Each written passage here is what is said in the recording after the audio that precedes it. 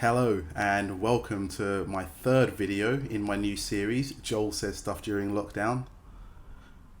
Still a working title, may get better with time, but the jury's out on that one.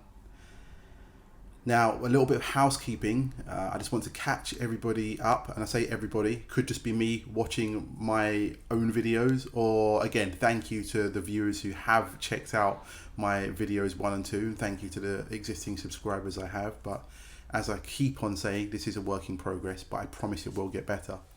However, what I do want to address is in my last video, I talked about new repetitions that I was going to add to my workout schedule for this year to habit stack, as I've learned from author James Clear and the development of good habits, developing atomic habits.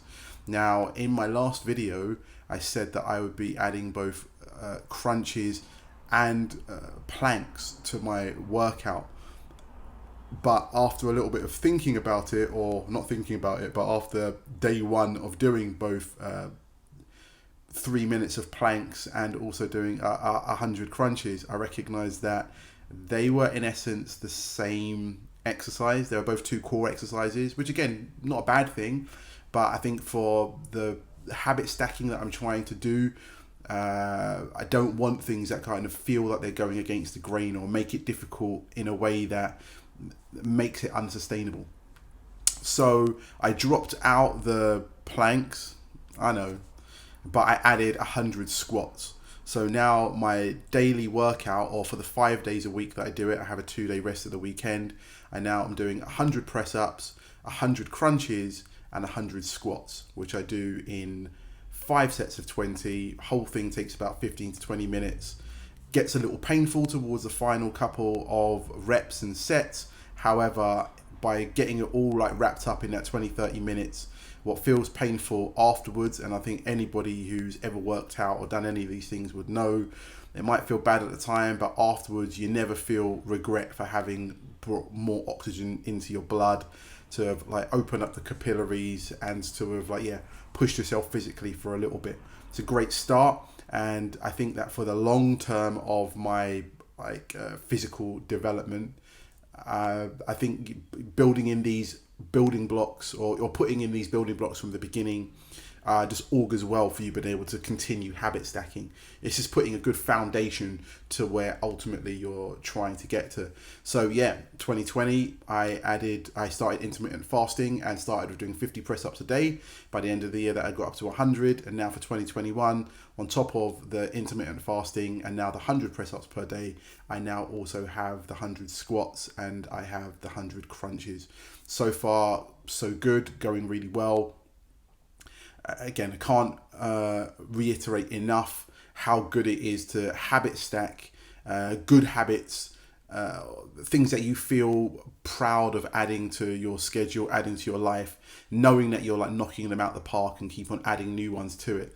It just makes me feel that by having a baseline of things that I'm able to show up for myself for, be accountable for, and again, thank you to everybody watching and people who are interested in my accountability journey, because yes, by being able to talk and put it out into the public domain that this is what I'm doing, the proof is in the pudding. At some point on this journey as well, as my video editing and maybe filming skills get a little better, as these videos get better in their quality, I'll maybe even show examples of me doing some of those exercises if it's something that people want to see. But ultimately, we're talking about exercises which are super simple exercises as well, because they're exercises that only involve one movement at a time. The press up literally is your arms bending in and out, in and out. The squat is literally your legs doing that same movement, up and down, up and down. And the crunches as well is, similar, that you're just bringing your elbows to your knees and back down. And so although that there is the physical difficulty and the sweat and the cardio that builds up from doing it, ultimately it is super simple, but obviously gives a real sense of reward because it is difficult, but you're getting it done. And by doing it every single day as well, it means that every single day you know that you showed up for yourself enough to get that done, and so it augurs well for the rest of your day. So pat on the back for myself, for starting new habits this year. which I believe that I can continue. And again, I think off of the back of the ones that I started last year, I mean, and again, if I want to see veganism and like as part of this journey, even though I see my veganism more ethically than about my physical health, but I mean we'll save that for another conversation another day. However, the physical like health elements of it do stand up. Like now I look back and think to myself that I'm able to have a snack of some sauteed broccoli and mushrooms for lunch, which some of my friends or some people will still look at and be like, you call that lunch? But again, testimony to how your habits literally do a 180, that my veganism, which I'm now in my 5th year of, now holds me in a place that mushrooms and broccoli for lunch is something I can look forward to, and I don't have any sense of feeling like I'm missing out. So great, and I will look forward to that. And as I promised last time, before this set of videos is out, maybe video number 5, or maybe I'll add it into the melee of videos that I'm making, I'll just show you how I make one of these simple like vegetable based whole food vegan lunches and see whether or not it takes for you too. They've been taking for me, and yeah, I've been enjoying it. So let's kind of see how we continue. So for me, I think this episode, again, another short one really. As I said, I'm trying to keep these punchy, trying to stay on track to some extent. I say track, this is all coming from a place of stream of consciousness, other than knowing that I want to share with myself, share with an audience. I'm not putting down any notes because I feel sometimes that pre-prepared, I think the pre-prepared nature of content is sometimes what has made me not want to make content. I know that's quite a funny or an odd position to take, but I just feel that sometimes it lacks authenticity when you kind of pre-prepare. It just feels very propagandized. It feels like, why am I telling somebody these prescribed notes? We're having a conversation and hopefully beginning an interaction with people is just a way to just engender a closer relationship with our authenticity and our accountability as well. Anything I say in here, I may slip up, I may, but again, that's things that we can work on. I can work on, you can work on, whether or not you recognize those same fallibilities in your own presentation, and bit by bit, through this process of interaction, helping each other, we can all get better. So yes, I'm kind of happy to keep on freestyling. But to that point, the fact that I've now talked about my physical habits or repetitions that I've added into my life to give me some sense of purpose and balance on a day-to-day, I really want to start talking about some of the wider ambitions, like work things, dreams, ideas that I want to build into the world for 2021 and beyond, which are, as I said, underpinned by me being able to take an approach of for me personally, I think it's of physical respect for myself, which then helps me with my mental respect, my spiritual respect, and in essence a life of balance.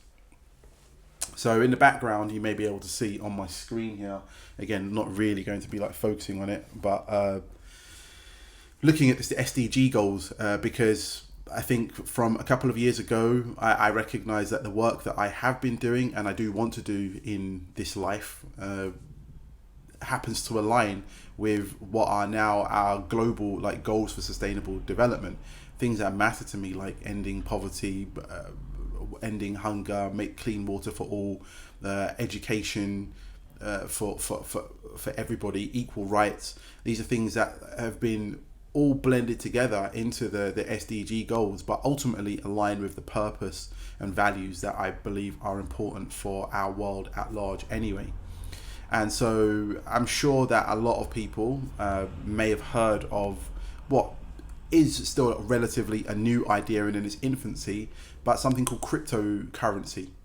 Now, cryptocurrency in a nutshell, I'm not going to speak here as a financial advisor or as any kind of recommender, so just kind of take this all with a pinch of salt. But cryptocurrencies are, in essence, a new technology not too dissimilar to currency, how we all understand it, like something that we can exchange or trade for goods. But cryptocurrency is not controlled by governments or central banks. They are decentralized and they're operated across a peer-to-peer network. So they work in much the same way as something like Wikipedia, if you're also familiar, where everybody in the network is part of creating the network, and it grows in its size because of everybody's contribution to the system, rather than having like the old encyclopedias, like Encyclopedia Encarta, for example, giving away my age if people remember, but where one company, they do all the research, they create the information, and then they put it out. This more decentralized way does allow for a more responsive form of information, and I think that with regards to currency, what it's creating is lower barriers to entry for so many people around the world who do not qualify, unfortunately, or I say unfortunately, but I mean the system's built that way, but a large quantity of people around the world don't qualify for traditional banking services. And so this uptake of cryptocurrency as an idea, probably over the last coming up to 10, 12 years now, is as much a philosophy and an ideology as it is a financial solution, because it is really about how do we open up trade and exchange to include everybody in that story as we move forward, especially in line with those SDG goals, rather than the concentration of wealth and power into the hands of a few. So again, the reason why I mention it is because I've been looking into cryptocurrencies. I've been looking into Bitcoin, something which is worth having a look at if you haven't heard of it or you haven't seen. But I've also been working with a team of amazing people who are part of a decentralized network who are developing another new cryptocurrency. The good thing about these cryptocurrencies is there is, room for lots of people to create using similar protocols. But the one that I've been involved in is a new project called Seeds, which you can visit their website at joinseeds.com, and this is about creating a cryptocurrency which is to engender a thriving and regenerative society. Everything that I've read about it so far, looking at their white paper, reading the articles they've put out on Medium, the videos that they've got on YouTube, etc., all looks really good to me. And although I am not yet to be fully in, for want of a better term, what I love again is just the principles. It's just great to see that people are having these decentralized conversations all around the world about how we can create equity and redistribute wealth to bring everybody into the circle, bring everybody into the fold. Ultimately, that saying or buzzwords like human capital. Humans are capital, we are capital, and even in the existing system, we are the capital, but ultimately it's our will which is our capital. It is how we choose to act, the things that we choose to do, which ultimately give value to the decisions that we make in this life. And so what I love are the principles of these new ideas, these new ways of exchanging value with our fellow man, with our environment, with our ecosystems. And so really, really exciting to be seeing that people are bringing these conversations to the fore, and I'm just really excited to hopefully be a part of it.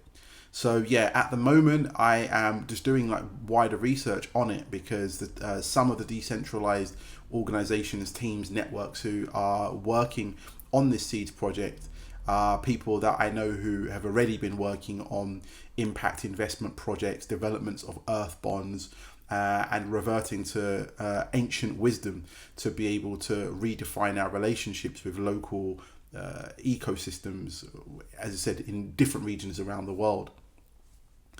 So for me, I will be doing more research, and I would ask anybody who is interested in maybe seeing a new world for not only ourselves, but for our children, our children's children, and for future generations. How can we look at the systems that exist currently, and how can we flip them on their head? Ultimately, things often seem as if they can't change, but another saying is be the change you want to see.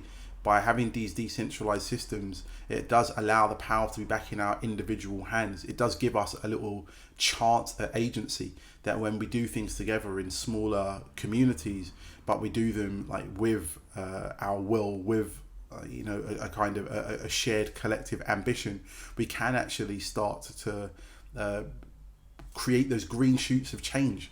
Like ultimately it takes something new to grow, to block the sunlight for what was there growing previously and to become the new growth. So I think it is an exciting time in the cryptocurrency space at large, but specifically with some of these cryptocurrencies, or with some of these ideas at least, that are looking at how can we redistribute our current financial system in such a way that it brings more people into our global family, and that we can hopefully start reversing these mega bad effects of climate change I just keep on thinking of the Great Green Wall project running through Africa from Senegal to Djibouti, because across that region, the Sahel region, is where the extremes of climate change, although the industrialized West is where the majority of the production that creates the damage to our environment happens, where it shows itself is largely in the global South, in places like Africa and across Asia and other places that lie below sea level. So it is a conversation for everybody to be involved in, and although I wanted to keep this episode short, and I wanted to keep all my episodes short, I feel that this was something that I just kind of had to touch on, because it is the conversation of our time. It is something that matters to me greatly, and I hope that it is going to matter to more and more people as we move forward. I mean, also not forgetting as well that last year, amongst the things I did manage to achieve for 2020 was becoming the sustainability champion for the Vegan Society.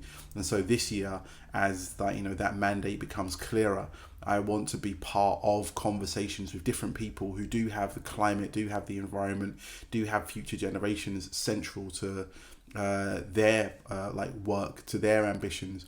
People who are also looking at the SDG goals and wondering what projects, what resolutions and actions can we bring to make positive change. And so I'm looking to connect with anybody who are also looking to have those kinds of conversations and want to promote or support initiatives that can be at the forefront of positive change.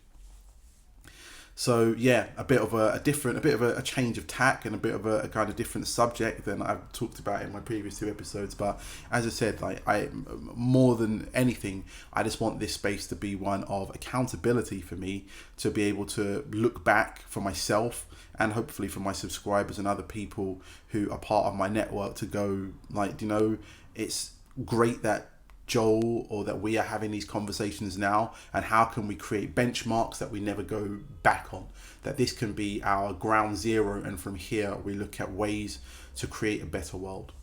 So I'm going to wrap it up here for now, but again, thank you very much. I hope that even at probably almost twice the length of my last two videos, that the overall quality of the videos are still getting better and better.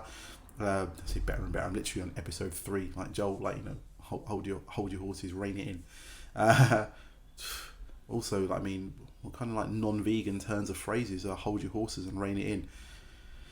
A lot of work to do in 2021, but again, I'm very grateful for you to be on this journey with me. Anybody who needs me to be their accountability partner, please reach out, please say something in the comments, and otherwise, thank you very much for watching again, and I look forward to seeing you on video number 4.